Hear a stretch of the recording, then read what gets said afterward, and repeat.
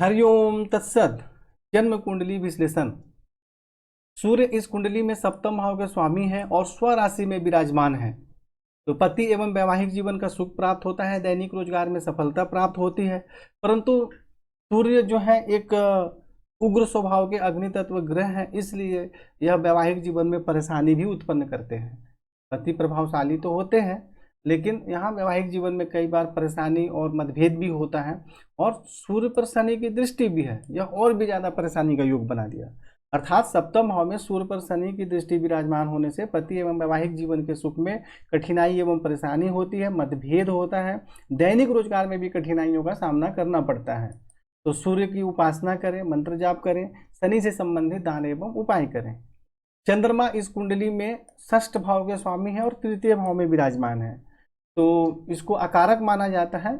और चंद्रमा यहाँ विराजमान है तृतीय भाव में, तो पराक्रम में वृद्धि होती है, भाई बहन का सुख प्राप्त होता है। और चंद्रमा यहाँ से नवम भाव पर दृष्टि डालते हैं, तो परिश्रम के माध्यम से भाग्य की उन्नति होती है।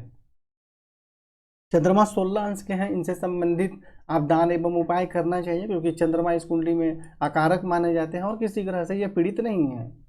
मंगल इस कुंडली में तृतीय भाव के स्वामी हैं और पिता राज रोजगार के स्वामी हैं, और सप्तम भाव में सूर्य के घर में विराजमान है। तो जो मैंने सूर्य का प्रभाव बताया था, उससे वैसा ही प्रभाव मंगल का भी होगा। मतलब इसको मांगलिक योग तो बोलते हैं, लेकिन मंगल भी एक उग्र स्वभाव वाले ग्रह हैं, और शनि की दृष्टि तो इस पर भी है, मंगल पर भी है। तो यह जो सूर्य और मंगल पर जो शनि की दृष्टि है, यह वैवाहिक जीवन के लिए ठीक नहीं है, दैनिक रोजगार में भी परेशानी होती है। और भाई बहन के स्वामी मंगल हैं, उस पर शनि की दृष्टि है, तो उनसे संबंधित भी कुछ परेशानी होती है। और मंगल यहाँ से जो है अपने चौथी दृष्टि से दसम भाव में शनि को देख रहे हैं। शनि मंगल को देख रहे हैं और मंगल शनि को भी देख रहे हैं, तो यह एक अच्छा योग नहीं है, इसको विस्फोटक योग कहते हैं। तो अब शनि मंगल को देखेंगे तो वैवाहिक जीवन में परेशानी होगी और पिता राज रोजगार में परेशानी होगी।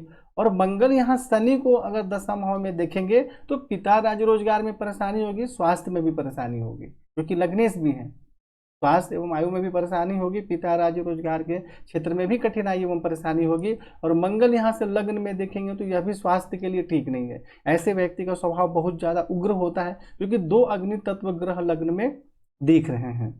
और यहाँ से मंगल द्वितीय भाव में देखेंगे तो यहाँ के लिए ठीक है, धन एवं कुटुंब का सुख प्राप्त होगा, लेकिन राहु पर मंगल देख रहे हैं, तो यह भी परेशानी के योग है।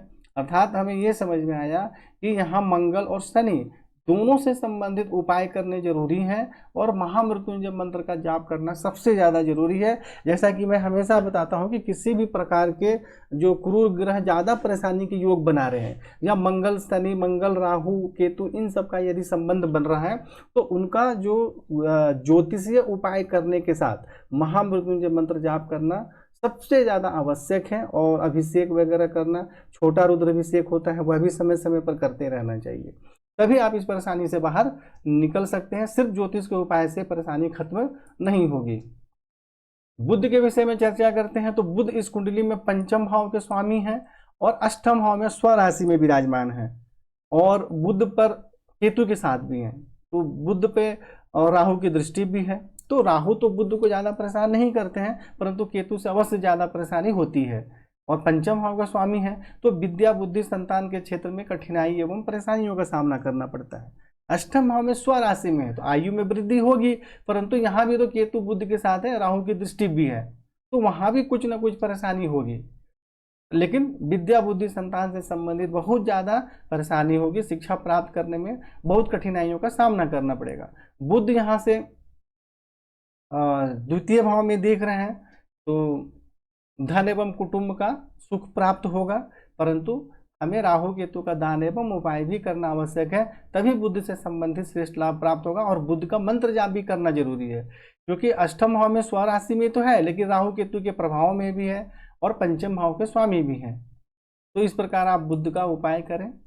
गुरु इस कुंडली में द्वितीय भाव के स्वामी हैं और आय भाव के स्वामी हैं, यानी धन के लिए सबसे मुख्य ग्रह हैं। और गुरु यहाँ किसी भी ग्रह से पीड़ित नहीं है, थर्ड हाउस में बैठे हुए हैं, 5 अंश के हैं, लेकिन वक्री हैं, ठीक स्थिति में है तो यहाँ क्या होगा, पराक्रम में वृद्धि होगी, भाई बहन का सुख प्राप्त होगा। और गुरु यहाँ सप्तम भाव में दृष्टि डालेंगे तो पति एवं वैवाहिक जीवन का सुख प्राप्त होगा। यहाँ जो भी परेशानी वाले जो योग बन रहे थे, यहाँ पे गुरु दृष्टि डाल के उसको सुधारने का या उसको सपोर्ट करने का भी योग बना रहे हैं। इसीलिए दोनों ही ग्रह, परेशानी करने वाले और लाभ देने वाले दोनों ग्रहों का फलादेश हमें देखना है। इसका मतलब ये नहीं है कि गुरु यहाँ पे दृष्टि डाल के अच्छा लाभ दे रहे हैं तो आप ये उपाय करना छोड़ दें, आपको वह उपाय तो करना जरूरी ही है, परंतु गुरु यहाँ पे अच्छा लाभ दे रहे हैं।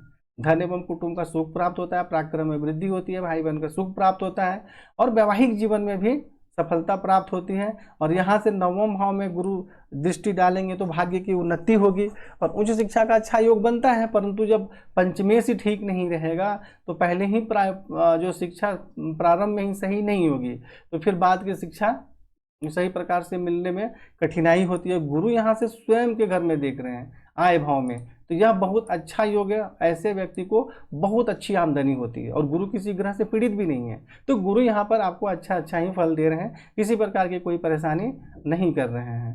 शुक्र इस कुंडली में सबसे राजयोग कारक ग्रह होते हैं, यानी चतुर्थ भाव के भी स्वामी हो गए और नवम भाव के भी स्वामी हो गए, तो यह राजयोग कारक ग्रह है। ये जमीन जायदाद, प्रॉपर्टी, घरेलू सुख, वाहन और ये भाग्य की उन्नति, उच्च शिक्षा, धर्म। लेकिन शुक्र यहाँ देखिए आपके अष्टम भाव में विराजमान हो गए और नीच राशि में और 0 अंश के हैं। बहुत स्थिति गड़बड़ हो गई इसकी। जो इस कुंडली में सबसे ज्यादा कारक राजयोग कारक ग्रह है उसकी स्थिति सबसे ज्यादा मतलब कि कमजोर और पीड़ित की स्थिति में हो गई।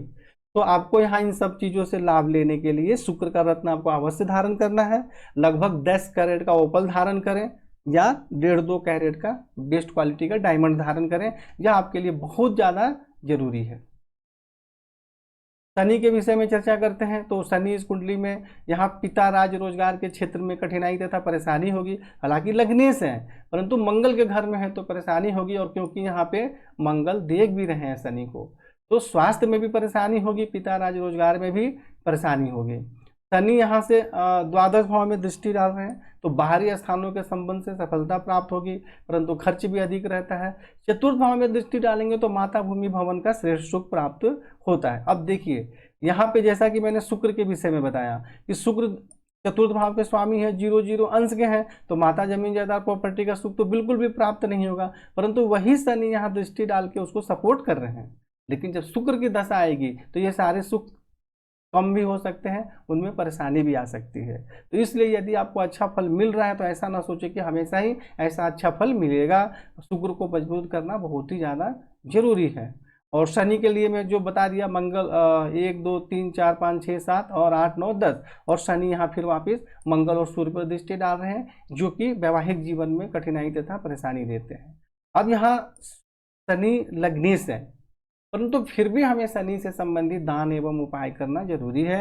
मंगल का तो करना ही करना है यहाँ पे दान, और राहु का भी, क्योंकि राहु भी शनि को देख रहे हैं, ठीक है, तो ये भी परेशानी के योग हैं, तो इसलिए शनि से संबंधित दान एवं उपाय करना जरूरी है और इसका मंत्र जाप भी करना जरूरी है और महामृत्युंजय मंत्र का जाप भी करना जरूरी है। और किसी भी ग्रह का दान और उपाय करने से वह ग्रह बिल्कुल भी कमजोर नहीं होता, उसके दोष में कमी होती है, यह मैं बार बार बता चुका हूँ। तो इस बात का ध्यान रखें, किसी के बहकावे में भ्रम में न आए वरना समस्या ठीक नहीं होगी। राहु यहाँ पे द्वितीय भाव में धन एवं कुटुंब के सुख में कठिनाई तथा परेशानी होती है, कुटुंब से भी मतभेद हो जाता है और वाणी का भी स्थान होता है। यहाँ राहु तो है ही और केतु भी देख रहे हैं, मंगल भी देख रहे हैं, तो कई बार वाणी में भी उग्रता आ जाती है। यहाँ दृष्टि डालेंगे तो शत्रु पक्ष पर तो प्रभाव रहेगा लेकिन पेट में बीमारी भी होगी, दोनों ही साथ साथ होंगे। यहाँ दृष्टि डालेंगे तो स्वास्थ्य एवं आयु के संबंध में कुछ परेशानी होगी, बहुत ज़्यादा परेशानी नहीं कह सकते हैं क्योंकि बुध के घर में और या बुध से राहु कोई परेशान ज़्यादा नहीं करते हैं, लेकिन शुक्र पर भी दृष्टि डाल रहे हैं। तो यह जैसे कि शुक्र एक वैवाहिक जीवन का कारक होता है और प्रेम का भी कारक होता है, तो इन सब चीज़ों में परेशानी हो सकती है, तो इसलिए राहु से संबंधित दान उपाय करना आवश्यक है। और यहाँ दशम भाव में शनि पर दृष्टि डाल रहे हैं तो पिता, राज्य, रोजगार, शारीरिक स्वास्थ्य एवं जीवन की उन्नति, इन सभी क्षेत्रों में कठिनाई तथा परेशानी होगी। यानी राहु यहाँ पर बहुत ही परेशानी का योग बना रहे हैं, तो इनका मंत्र जाप नहीं करना है, इनका रत्न नहीं धारण करना है, दान एवं उपाय करना है। केतु यहाँ पर स्वास्थ्य एवं आयु में परेशानी देंगे। द्वादश भाव में अत्यधिक खर्च के कारण कठिनाई तथा परेशानियों का भी सामना करना पड़ा, मानसिक परेशानी भी होगी, कई बार नींद भी ठीक से नहीं आएगी। यहाँ दृष्टि डालेंगे तो धन एवं कुटुंब के सुख में कुछ लाभ होगा, यहाँ कुछ ज़्यादा परेशानी नहीं करेंगे। और यहाँ से केतु चतुर्थ भाव में देखेंगे तो कुछ कठिनाइयों के साथ माता भूमि भवन का सुख प्राप्त होगा। जैसे राहु केतु कई जगह तो सिर्फ परेशानी ही परेशानी करते हैं, परंतु जैसे कई जगह कई राशियों में या कई ग्रहों पे दृष्टि डाल के बहुत ज़्यादा परेशानी नहीं करते हैं। वैसे प्रत्येक ग्रह कुछ अच्छा लाभ तो देते ही हैं। तो इस प्रकार आप इससे संबंधित उपाय करें। सबसे आप यहाँ पे ध्यान देना जरूरी है कि जो मंगल और शनि का जो संबंध बन रहा है यहाँ, और राहु जो यहाँ देख रहा है, यह सब बिल्कुल भी अच्छा योग नहीं है। तो इसलिए जो आपकी कुंडली में उपाय बताए गए हैं उन उपाय पर ध्यान दें। और ऐसे व्यक्ति को महामृत्युंजय मंत्र एकदम प्रतिदिन करना चाहिए। आप भोजन करें या ना करें, महामृत्युंजय मंत्र का जाप आप अवश्य करें। और राहु केतु शनि से संबंधित दान एवं उपाय अवश्य ही करें। यदि आप अपने जीवन को संवारना चाहते हैं तो हम तो सिर्फ बता सकते हैं, उपाय आपको करना है। तो इस प्रकार आप समझकर और उपाय करें, जीवन में आगे बढ़ें। हरिओम तत्सत।